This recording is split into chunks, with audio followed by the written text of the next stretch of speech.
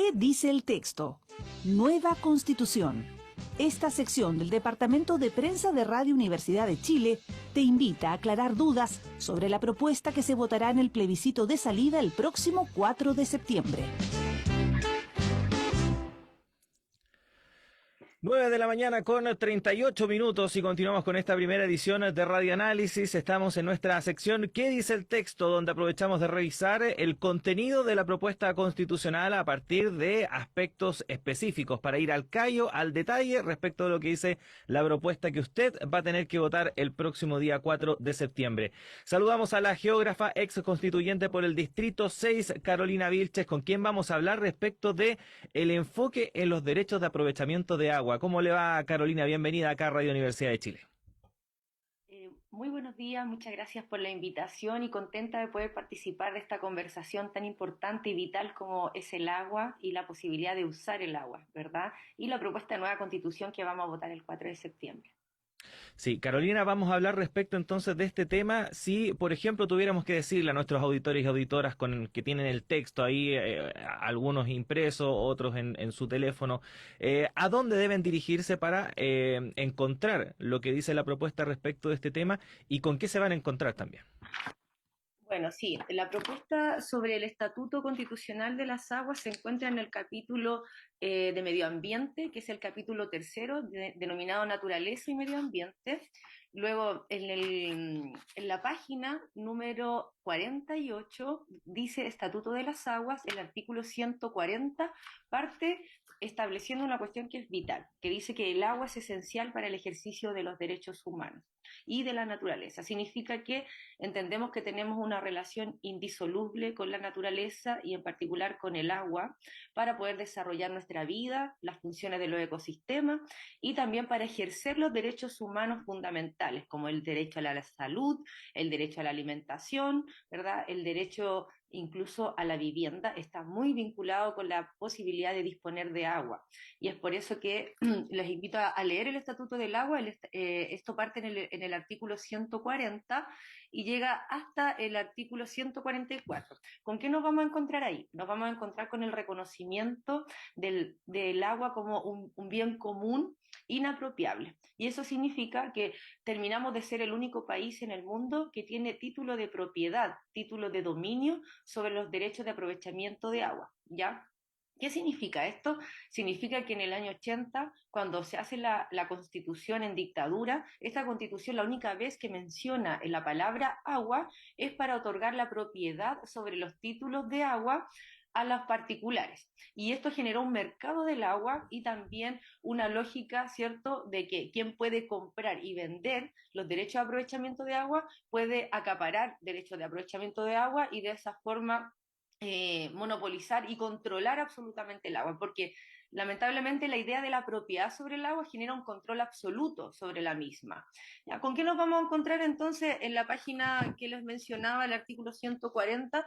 Nos vamos a encontrar con la idea de que el agua es un bien común inapropiable y que sí, quienes tienen derechos de aprovechamiento de agua van a poder seguirlos usando, pero van a ser incomerciables, sujeto a la disponibilidad efectiva de las aguas y obligan al titular al objetivo, ¿cierto?, al uso que justifica su otorgamiento. Eso significa que si yo pedí agua para regar, debo regar y no vender agua. Si yo pedí agua para hacer consumo humano o abastecimiento de agua potable, no puedo estar vendiendo agua, ¿cierto?, o regando. La idea es poder ordenar los usos del agua y priorizarlos. Y por eso dice textual en la propuesta dice, siempre prevalecerá el uso para consumo humano por sobre otros usos, o sea, y de la naturaleza. ¿Qué está diciendo? Está diciendo que es primero el consumo humano, que es primero el equilibrio con la naturaleza y luego los demás usos. ¿Y por qué? Porque hoy día, lamentablemente, con esta lógica de la propiedad del agua, compite el uso para consumo humano con el uso productivo. Y es por eso que vemos, por ejemplo, personas tomando agua de camión aljibe que no han podido captar el agua, que no han sido priorizadas, rodeadas de palto, rodeadas de cítrico, viendo que tenemos agua, ¿cierto?, para regar, pero no tenemos agua lamentablemente para el consumo humano, y eso es la idea de que se pueda priorizar. Y es por eso que hemos puesto en el texto esta idea de que, y está, ahí ustedes lo pueden ver en la página 48, que siempre prevalecerá el ejercicio del derecho humano al agua, al saneamiento y el equilibrio del ecosistema. Pero además se reconoce la gestión comunitaria del agua potable rural. ¿Qué significa esto? Que tenemos hoy día en Chile más de 1.900 organizaciones formalizadas como comité y cooperativas de agua potable rural que hacen una gestión sin fines de lucro en la ruralidad y que hoy día son patrimonio reconocidos por la UNESCO de la humanidad. Ya en Chile lleva más de 60 años operando los comités y cooperativas, y hoy día el Estatuto de las Aguas en el artículo 141 dice textualmente que el Estado debe proteger y promover la gestión comunitaria del agua potable rural, especialmente en los territorios rurales y extremos. Sí.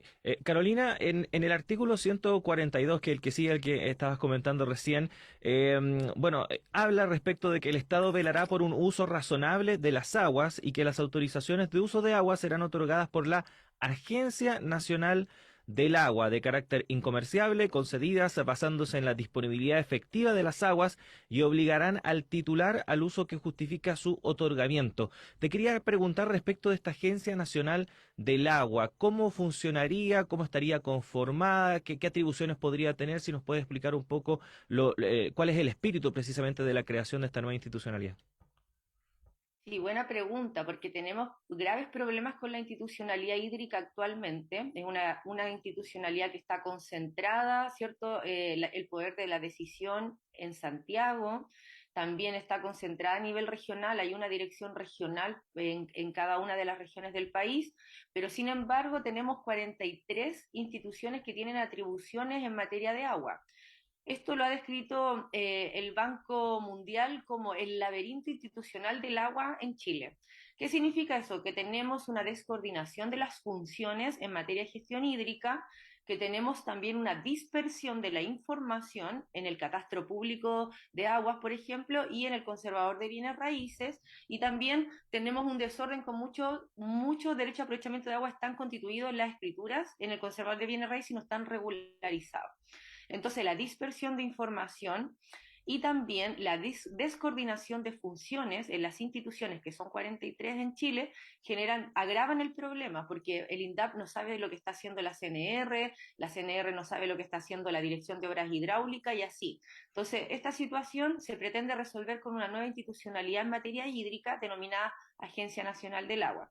¿Y qué es la Agencia Nacional del Agua? Primero partir de decir que es un órgano autónomo del gobierno, o sea, independiente del gobierno, que viene a ser una función de fiscalización, de revisar el uso razonable de las aguas y también de asegurar que se cumple el mandato del derecho humano al agua y de la naturaleza.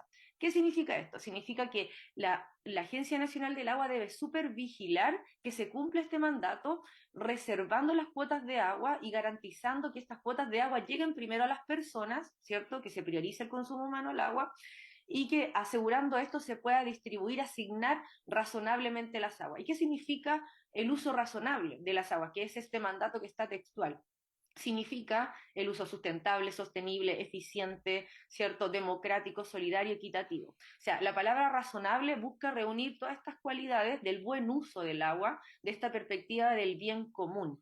Y significa que que no podemos tener sobreotorgamiento de agua. Hoy día tenemos 26 cuencas en el país que están declaradas sobreotorgadas. ¿Y qué significa? Que la descoordinación de las instituciones inscribieron más derechos de aprovechamiento de agua que la disponibilidad de agua efectiva en el acuífero, en el río. O sea, tenemos más propiedad del agua, más demanda de agua que agua disponible. Y eso está legalizado, está constituido en propiedad y es un problema hoy día porque realmente los derechos de agua compiten entre sí. Entonces, la nueva institucionalidad del agua lo que busca es concentrar las funciones de estas instituciones que están descoordinadas, concentrarlas en una sola institución, que sería la Agencia Nacional del Agua, y sentar en cada uno de los ríos a supervigilar la gestión hídrica. ¿Qué significa esto? Que la gestión del agua hoy día no va a ser a nivel regional, sino que va a ser a escala de cuenca, a escala de ríos. Y en ese río se constituye un consejo de cuenca en donde supervigila la Agencia Nacional del Agua que se resguarden los caudales para el consumo humano, para el equilibrio de la naturaleza, para el riego, para el agua potable rural, ¿cierto? Y con todo eso se pueda resolver la crisis del agua en cada una de las cuencas. Y para terminar esta respuesta creo que es importante señalar el conflicto de interés, el tráfico de influencias y la política hídrica de largo plazo.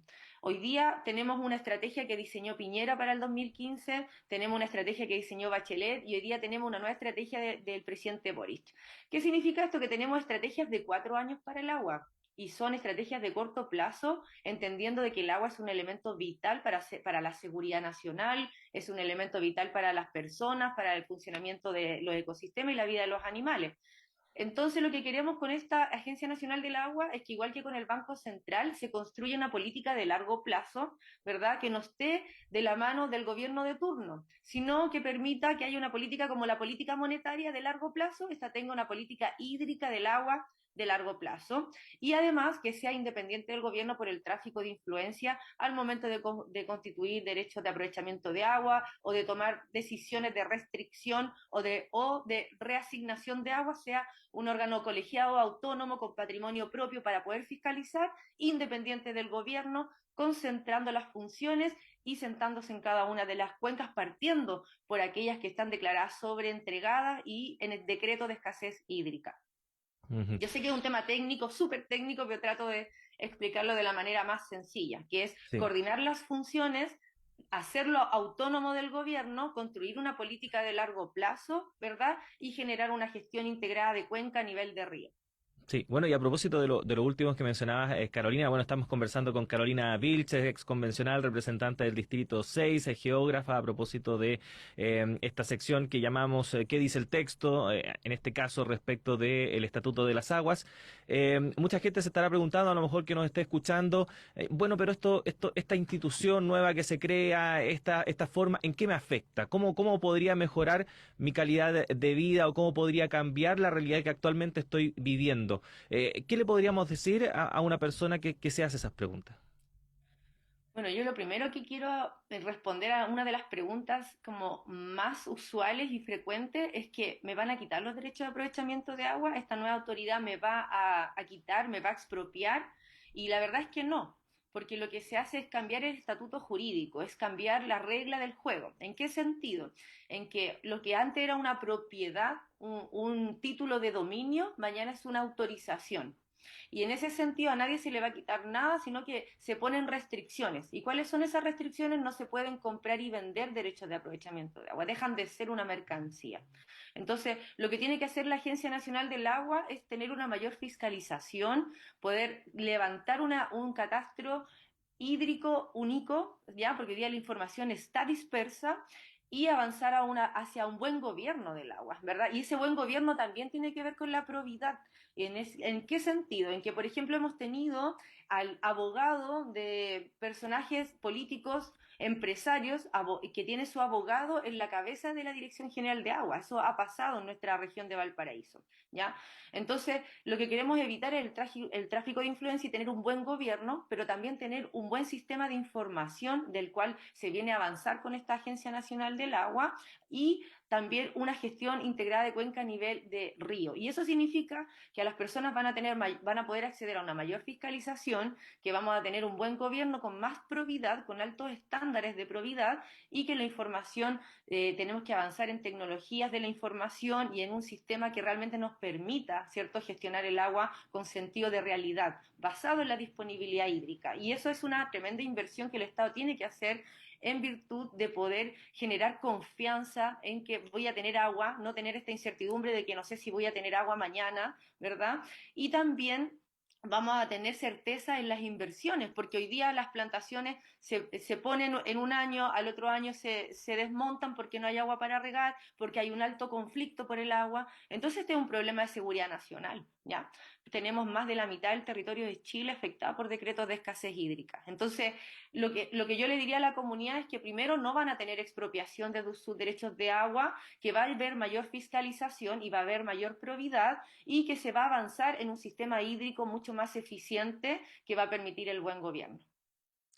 Carolina Vilches, geógrafa exconvencional, agradecerle el hecho que haya estado con nosotros esta mañana para clarificarnos respecto de estas dudas que también usted estaba ahí explicando, y aclarar también que estos no son los únicos artículos, reiteramos, estamos hablando del Estatuto de las Aguas, que está desde el artículo 140 al 144 de la propuesta constitucional, páginas 48 y 49. El derecho al agua, su importancia está presente también en muchos otros artículos de la propuesta constitucional. Así que ahí está la invitación para que los revise, los lea y pondere con esta información cuál va a ser su voto el próximo 4 de septiembre. Carolina, nuevamente, muchas gracias por estar con nosotros. Que tenga un buen día.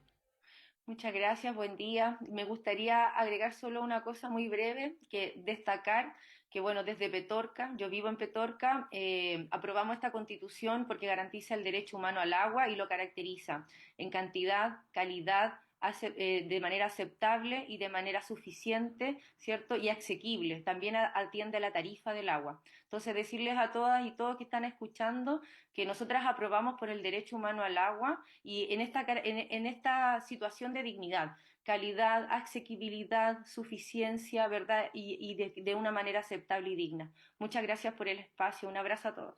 No, muchas gracias a usted, Carolina. Y con esta conversación en esta sección, ¿qué dice el texto? Que recordemos, usted puede escuchar no solamente acá en Radio Análisis, sino que también en Política en Vivo, más tarde ahí junto a Felipe Pozo y Yasna Levín. Todavía nos quedan ahí algunas sesiones para poder ir informando a la ciudadanía respecto del contenido del texto, la importancia, qué significa, por ejemplo, tal artículo y cuál, antes del plebiscito que será el próximo día 4 de septiembre, que está cada vez más cerca. Aprovechamos de comentarles que ese día vamos a tener una transmisión especial acá en Radio Universidad de Chile durante prácticamente toda la jornada, así que la invitación es desde ya para que nos acompañen ese día domingo histórico para nuestro país. 9:54, nos despedimos en este día tan especial para todos quienes hacemos radio, quienes estamos acá en los micrófonos, detrás también sonidistas, todo el equipo técnico, administrativos, personal en general, incluso hasta la Malú la saludamos ahí, donde quiera que esté en el plano en el cual nos está acompañando siempre nuestra querida gatita que lamentablemente partió el año pasado. Siga junto a la 102.5 FM, ya llega Antonella Esteves y Semáforo a las 5 de la tarde a través de UChile TV y también de Radio Universidad de Chile. Estaremos entonces conmemorando estos 100 años de historia de la radio en nuestro país, donde la Universidad de Chile tiene un papel protagónico porque fue precisamente en la Casa Central donde se realizó la primera transmisión radial junto a los profesores Salazar y Sacié. Nos vemos el lunes ya. Que estén muy bien. Buen fin de semana.